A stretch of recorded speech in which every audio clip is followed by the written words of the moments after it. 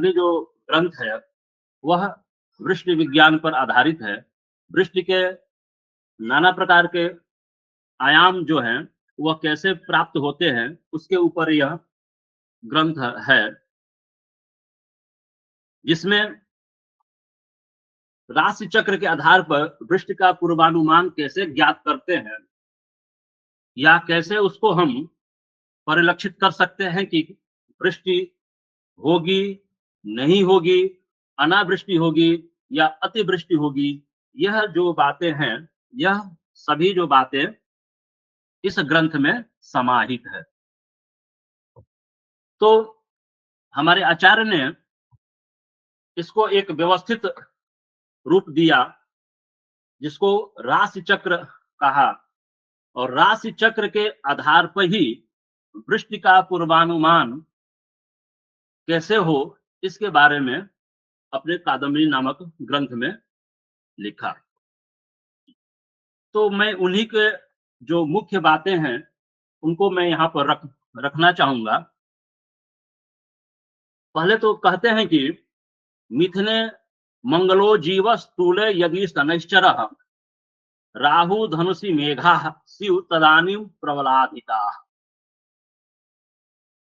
राशि चक्र के आधार पर कह रहे हैं मिथुने मंगलो जीव, यदि मिथुन राशि पर मंगल हो, और जीव मतलब बृहस्पति, अर्थात मिथुन राशि पर मंगल और बृहस्पति हो, तुले यदि शनैश्चर, और तुला राशि पर शनि हो, और राहु धनुषी, और राहु जो है धनु राशि पर हो, तो शिव तदानीम प्रबलाधिका मेघा, मेघा शिव प्रबलाधिका, अर्थात अत्यधिक वर्षा होती है, अर्थात मेघ की अधिकता होती है। जब मेघ की अधिकता होगी तो अधिक वर्षा होती है, ऐसा आचार्य का कथन है।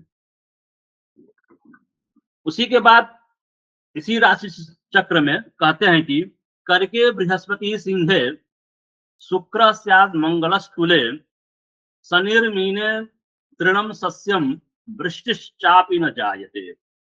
करके बृहस्पति, कर्क राशि पर बृहस्पति हो, सिंहे शुक्र, और सिंह पर शुक्र हो, स्याद मंगलस्तुले, और मंगल पर तुला राशि पर मंगल हो, शनिर मीने, शनि मीन राशि पर हो, तो कह रहे हैं कि तृणम सस्यम वृष्टिश्च न जायते, अर्थात तृण मतलब घास, सस्य मतलब धान्य, और वृष्टि मतलब वर्षा, ये तीनों नहीं होती। अर्थात जब ये तीनों नहीं होंगे तो इससे इसका तात्पर्य यह है कि वर्षा नहीं होती। अगर वर्षा होगी तो घास भी होगी, घास भी होगा, घास हो के साथ साथ अन्य भी होते हैं। तो इस प्रकार से यह इसमें कह रहे हैं कि अगर कर्क में बृहस्पति हो, और सिंह राशि पर शुक्र हो, और तुला राशि पर मंगल हो, और मीन राशि पर शनि हो, तो तृण, वृष्टि और सस्य ये तीनों नहीं होते, अर्थात धान्य नहीं होते हैं।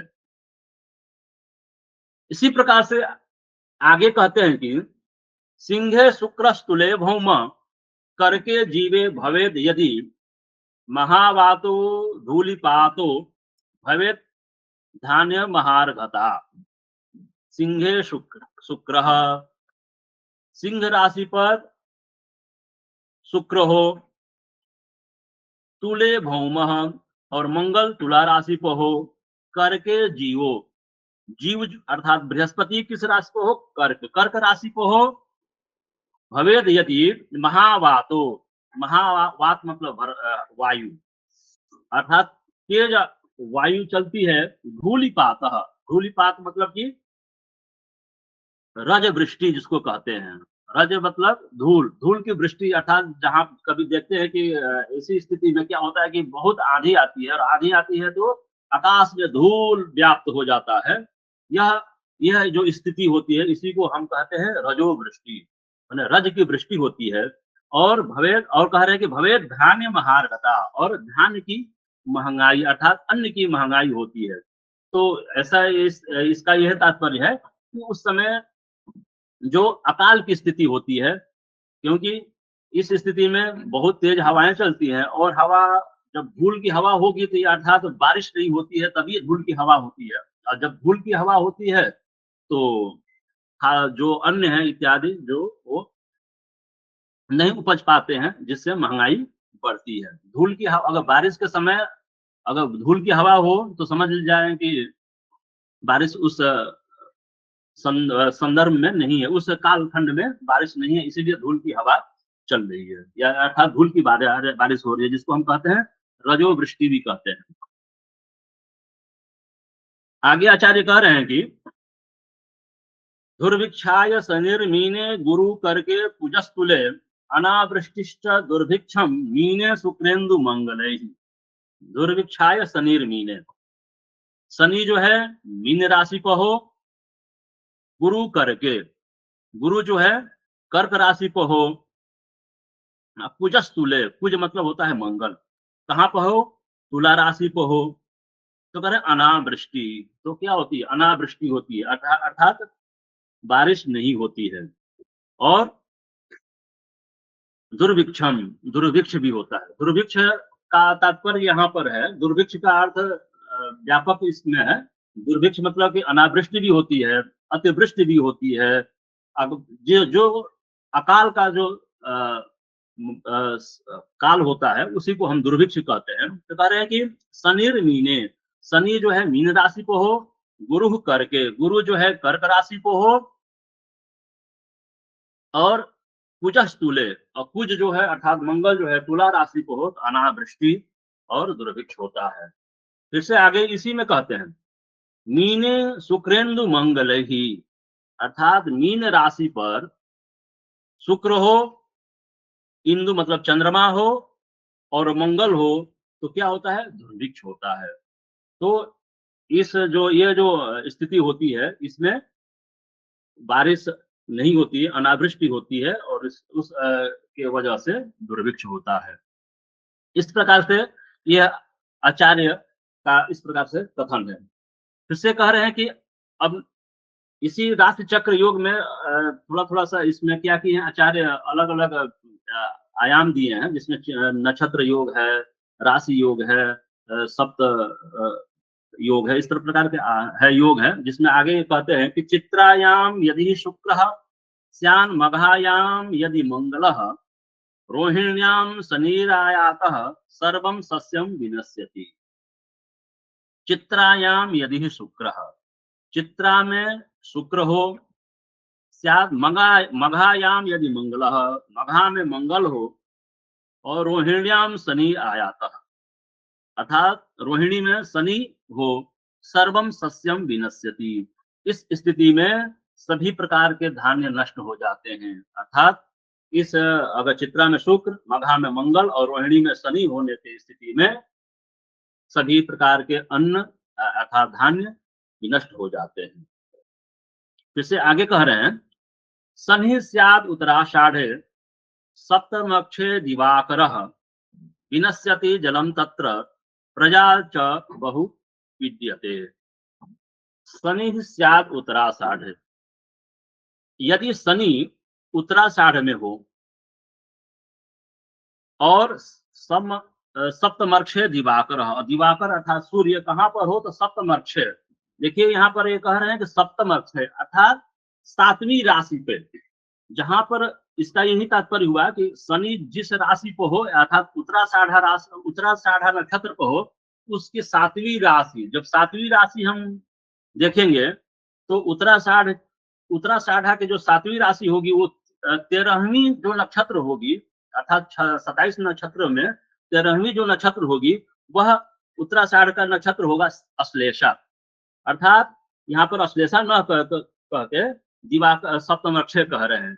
तो इस स्थिति में उत्तराषाढ़ पर यदि शनि है तो उसके सातवीं जो राशि होगी अर्थात 13वीं जो नक्षत्र होगा वो अश्लेषा होगा, उस पर अगर सूर्य है तो कह रहे हैं कि विनश्यति जलम, तो जल का नाश होता है, और प्रजा च बहु पीड्यते, और प्रजा को बहुत पीड़ा होती है, कष्ट होता है उस स्थिति में, अर्थात उत्तराषाढ़ पर शनि और उसके सातवीं राशि पर सूर्य हो तो ये स्थिति होती है।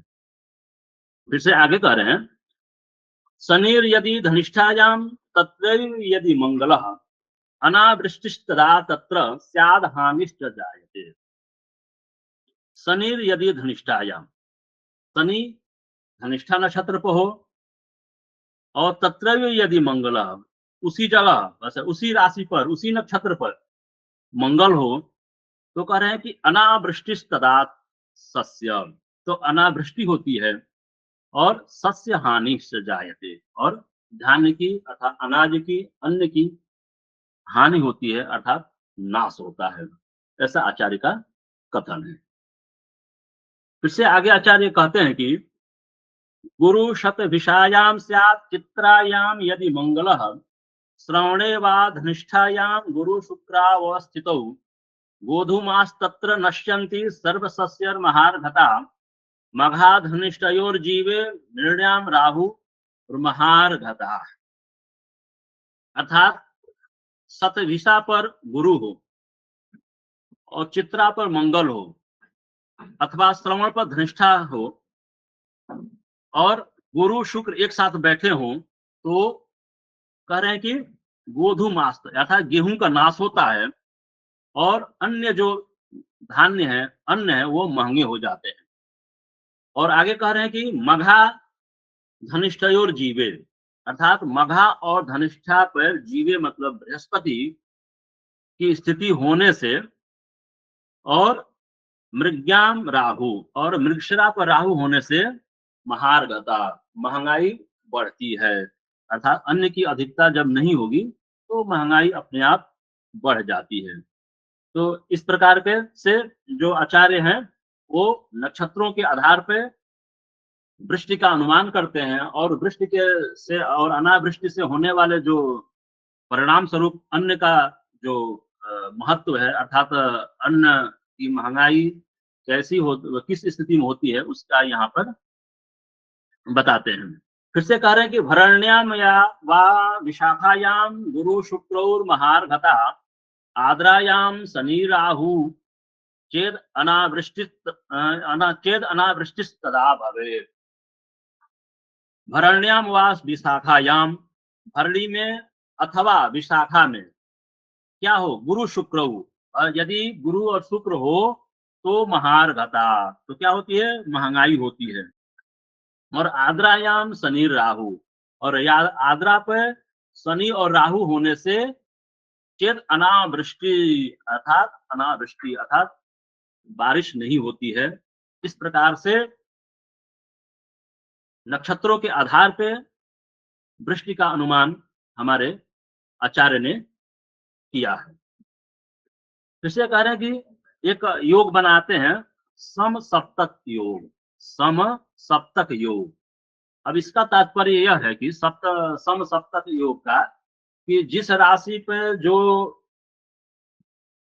ग्रह रहता है उसके सातवीं राशि पर वह ग्रह रहेगा तो क्या स्थिति होगी, वही हम सम सप्तक योग में जानेंगे।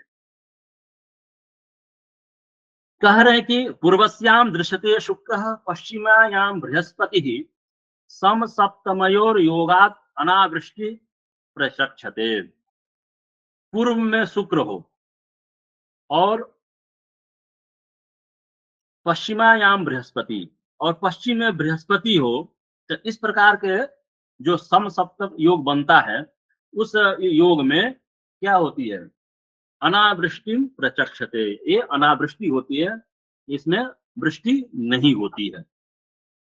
फिर से कह रहे हैं कि सम सप्तमयो सूर्य भौमयो शनि भौमयो गुरु भार्गयोर योगा अनावृष्टि करामता। अर्थात सूर्य मंगल अथवा शनि मंगल अथवा गुरु और शुक्र ये बराबर सातवें स्थान में स्थित हो तो अनावृष्टि होती है, अर्थात वृष्टि की अधिकता नहीं रहती है। उसी में एक मुहूर्त गणपति जी का भी एक वाक्य है, उसमें कहते हैं कि भौमार्की एक रासौ चेद अन्योन्य समसप्तमौ गुरु शुक्रौ कुजारकौ वा विदुराणव तदा।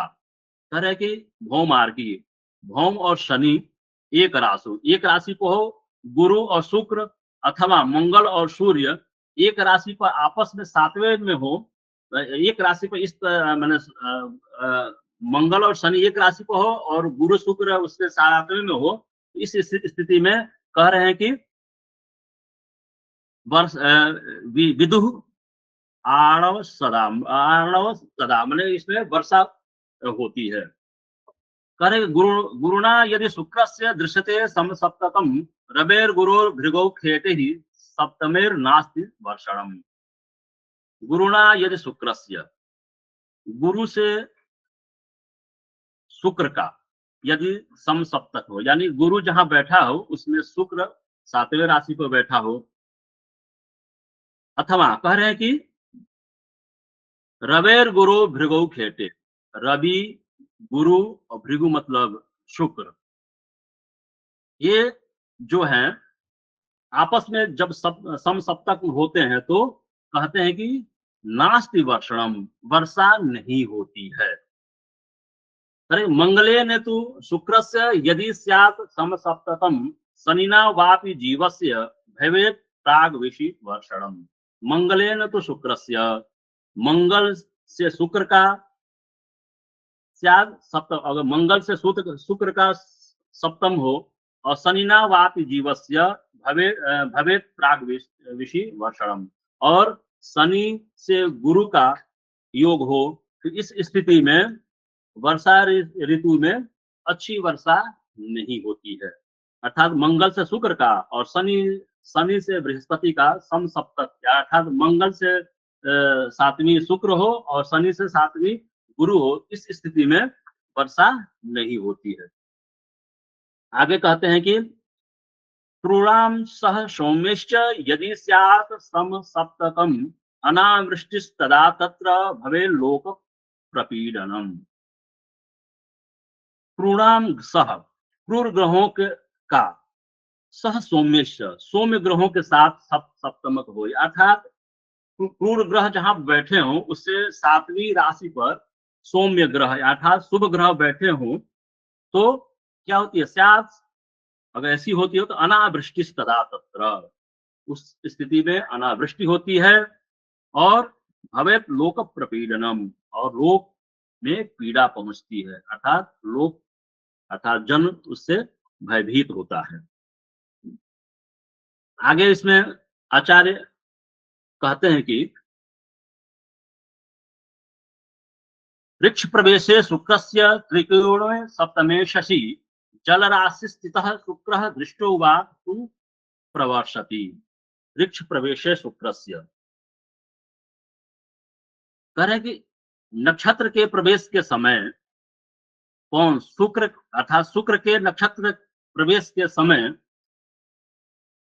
त्रिकोणे सप्तमे शशि, त्रिकोण में अथवा सप्तम में कौन हो, शशि हो, और शशि कहाँ बैठा हो, जल राशि स्थित, जल राशि पर, अर्थात कर्क राशि मीन राशि है, जल राशि है, अगर इस पर स्थित हो तो कह रहे हैं और उस पर क्या हो, शुक्र दृष्टो, और उस पर शुक्र की दृष्टि हो तो शुभ प्रवर्षति, अर्थात सुंदर वर्षा होती है, अर्थात अच्छी वर्षा होती है।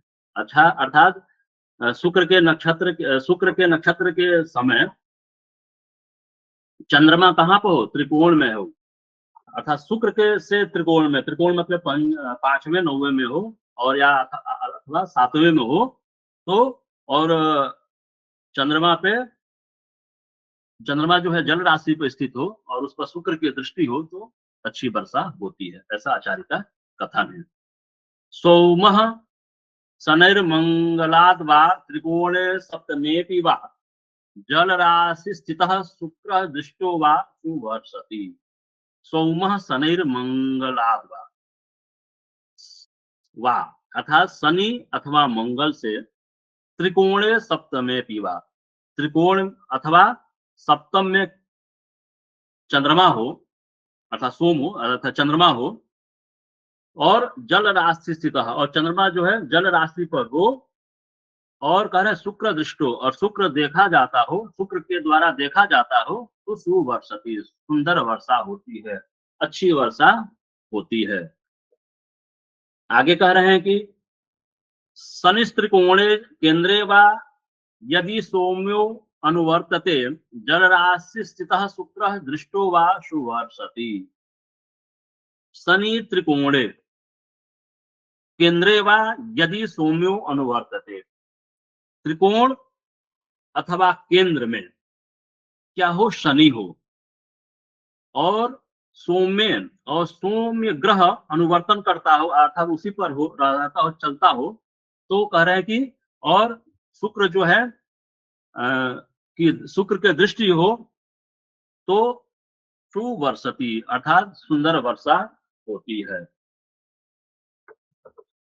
आगे आचार्य कहते हैं कि बहुदका कर्क नक्र मीनाः कुंभ धनु वृषाः अर्धोदका तुलाकीटौ सामान्यौ निर्जलाः परे। बहुदका अर्थात बहुत जल समझना चाहिए। किस स्थिति में? कर्क नक्र मीना। कर्क नक्र मतलब मकर, मीन मतलब मीन, कुंभ मतलब कुंभ, धनु धनु धनु और वृषा मतलब वृष। ये जो है अधिक जल देने वाले होते हैं। बहुदका ये बहुत बहुत मतलब जल देने वाले होते हैं। और कह रहे हैं तुला कीट, तुला कीट मतलब वृश्चिक, ये अल्प जल देने वाले होते हैं। और अन्य जो राशियां हैं वो जल रहित होते हैं अर्थात जल देने वाले नहीं होते हैं। एक आता है कि षट चक्र योग होता है।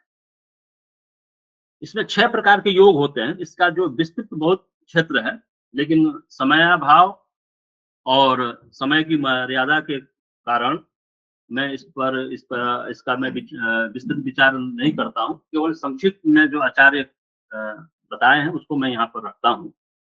कह रहे हैं कि समुद्र तुम्बरु काल पात संघट नाडिका चक्र वेदा उच्यन्ते द्रष्टुम वृष्टिम च वेदजाम। वेधद एक वृष्टि होती है, उसको जानने के लिए 6 प्रकार के जो चक्र बताए गए हैं। कौन कौन से? समुद्र, तुम्बुरु, काल, पात, संघट और नाडी, ये 6 प्रकार के वेद कहे गए हैं। जो इसका अगर हम विस्तृत अगर इसका चक्र बनाएं और इसको प्रदर्शित करें तो बहुत समय लगेगा। केवल इसका मैं केवल भाव इसका मैं यहाँ पर मैं बताना चाहूंगा। इसी के आगे कह रहे हैं कि कैसे ये होता है। कह रहे हैं कि कृतिकादि चक्रे द्वे द्वे एकम द्वे इति क्रमात् सिंधुष्टटम गिरिः संधि चतुर्वेदेन पुनः पुनः। कृतिकादि अर्थात कृतिका नक्षत्र से प्रारंभ करके नक्षत्रों को द्वे द्वे अर्थात दो दो एकम और उसके बाद से एक पुनः द्वे उसके बाद से दो, इस क्रम से क्या करते हैं? विभक्त कर देते हैं। तो इन चारों भागों को हम कहते हैं सिंधु, तट, गिरि और संधि। इस प्रकार के 4 चक्र में हम इसको बांटते हैं। अभी आगे इसी के संदर्भ में कहते हैं कि शनि चंद्रौ गिरस्थौ चेत् सूर्यो वा मंगलोऽथवा तदा प्रवर्धते वृष्टि सुभिक्षम सस्य संपदः। शनि चंद्रौ, शनि और चंद्रमा, अथवा चे सूर्यो वा मंगलोऽथवा अर्थात सूर्य और मंगल कहाँ पर हो? गिरि पर हो तो कह रहे हैं कि तदा प्रवर्तते वृष्टि, उस समय खूब अच्छी वर्षा होती है, खूब वृष्टि होती है। और सुभिक्षम, सुभिक्ष भी होता है। असस्य संपदा और धान्य की अधिकता होती है अर्थात अन्न जो है बढ़ता है इस स्थिति में। जैसे कह रहे हैं कि मेष संक्रांति दिवसे दिनभम यत्र दृश्यते तद वसाद वृष्टि विज्ञानम वृष्टि काले अनुभावयेत। मेष संक्रांति दिवसे दिनभम यत्र दृश्यते अर्थात मेष की संक्रांति के दिन जो दैनिक नक्षत्र होते हैं, दैनिक नक्षत्र मतलब जो चंद्रमा की नक्षत्र होते हैं, वो जहां पर दिखाई देते हैं उसके अनुसार वर्षा काल में वृष्टि की पहचान करनी चाहिए, जैसा कि आचार्य इसमें कह रहे हैं। फिर से कह रहे हैं कि समुद्रभे अतिवृष्टि स्यात् सुवृष्टिस्तटभे सति संधिभे खंडवृष्टि स्यात् अनावृष्टिस्तु पर्वते। जो 4 प्रकार के जो वहाँ पर संधि बताई गई थी, चक्र बताए गए थे। पहला समुद्र, तट, संधि और पर्वत जो चक्र बताए गए थे, उसका यहाँ पर विवेचन कर रहे हैं कि समुद्र भे अतिवृष्टि, अर्थात समुद्र नक्षत्र होने से क्या होता है कि अतिवृष्टि होती है। सुवृष्टि तटवे सती, और तट का नक्षत्र होने से सुवृष्टि होती है, उसमें भी अच्छी वृष्टि होती है। और संधिवे, और संधि का नक्षत्र होने से खंड वृष्टि, खंड वृष्टि होती है। खंड वृष्टि का तात्पर्य है कि एक ही स्थान पे अलग अलग वर्षा होती है। जैसे हम दिल्ली में हैं तो कहीं रोहिणी में होगी, कहीं द्वारका में होगी, कहीं कटोरिया सराय में होगी, अलग अलग वृष्टि होती है। इसी को हम खंड वृष्टि कहते हैं। और कह रहे हैं कि और अनावृष्टिस्तु पर्वते, और पर्वत का यदि नक्षत्र होता है तो अनावृष्टि अर्थात अवर्षा, वर्षा रहित होता है। उसी में काल चक्र भी है, कई चक्र है उसमें, काल चक्र भी है, उसका मैं थोड़ा सा यहाँ पर विवेचन कर दूं। कह रहे हैं कि गुरुर्यमो भृगुश्चंद्रो गुरु भौमो भृगु शशि गुरु सौम्यो भृगुश्चंद्रो योगास्यु जल वर्षणा। गुरु यमो बृहस्पति और शनि, भृगुश्चंद्रो, भृगु अर्थात शुक्र और चंद्रमा, गुरुर भौम, गुरु और मंगल, भृगु शशि शुक्र और चंद्रमा, गुरु सौम्य, गुरु मतलब बृहस्पति, सौम्य मतलब बुध, और भृगुश चंद्रो, शुक्र और चंद्रमा। इन ग्रहों के योग होने से कभी कभी क्या होता है कि जब हम पूरे व्यापक रूप से हम देखते हैं कि कभी कभी गुरु और यम अर्थात शनि एक साथ हो जाते हैं, भृगु और चंद्रमा एक साथ हो जाते हैं। कभी ऐसी स्थिति होती है, जो यहाँ पर आचार्य कह रहे हैं, अगर ऐसी स्थिति हो जाने से क्या होती है, सिंह जल वर्षणा, जल की अधिकता होती है, अर्थात जल बरसता है, अर्थात जो बादल होते हैं वो बरसते हैं। इससे योग, उसी के योग में बता रहे हैं, गुरुर्भानु भृगुश्चंद्रो गुरु भौमो यमः शशि गुरुर्भौमो गुरुश्चंद्रो योगास्यु वायुवाहका। गुरुर्भानु भृगुश्चंद्रो, बृहस्पति और सूर्य, शुक्र और चंद्रमा, गुरु भौमो बृहस्पति और मंगल, यमः शशि शनि और चंद्रमा, गुरु भौमः गुरु और मंगल, और गुरु चंद्र, गुरु और चंद्रमा का जब योग होता है तो कह रहे हैं कि वायु वाहका, ये वायु अर्थात बहुत हवाएं उस समय चलती हैं। आगे कह रहे हैं कि भानुर्भौमो गुरुश्चंद्रो भानु राहु बुध शशि भानुर्यमो बुधश्चंद्रो योगास्यु वहिनी वर्धना।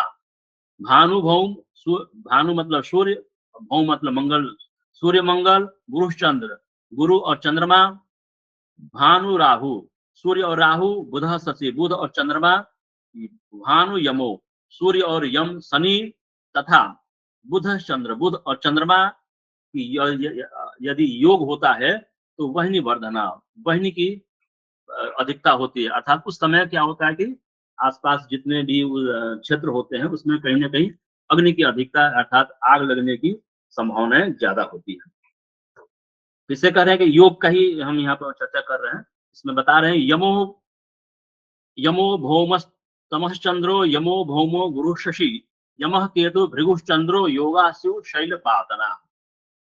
यमो भौमः, यम मतलब शनि, शनि और मंगल, तमः, तम मतलब राहु, चंद्र, राहु और चंद्रमा, और यमो भौम शनि और मंगल, गुरु शशि, गुरु और चंद्रमा, यमः केतु शनि और केतु, भृगु चंद्र, भृगु मतलब शुक्र और चंद्रमा का जब योग होता है तो कह रहे हैं कि शैल पातना, शैल, शैल मतलब पर्वत, पत्तन होता है।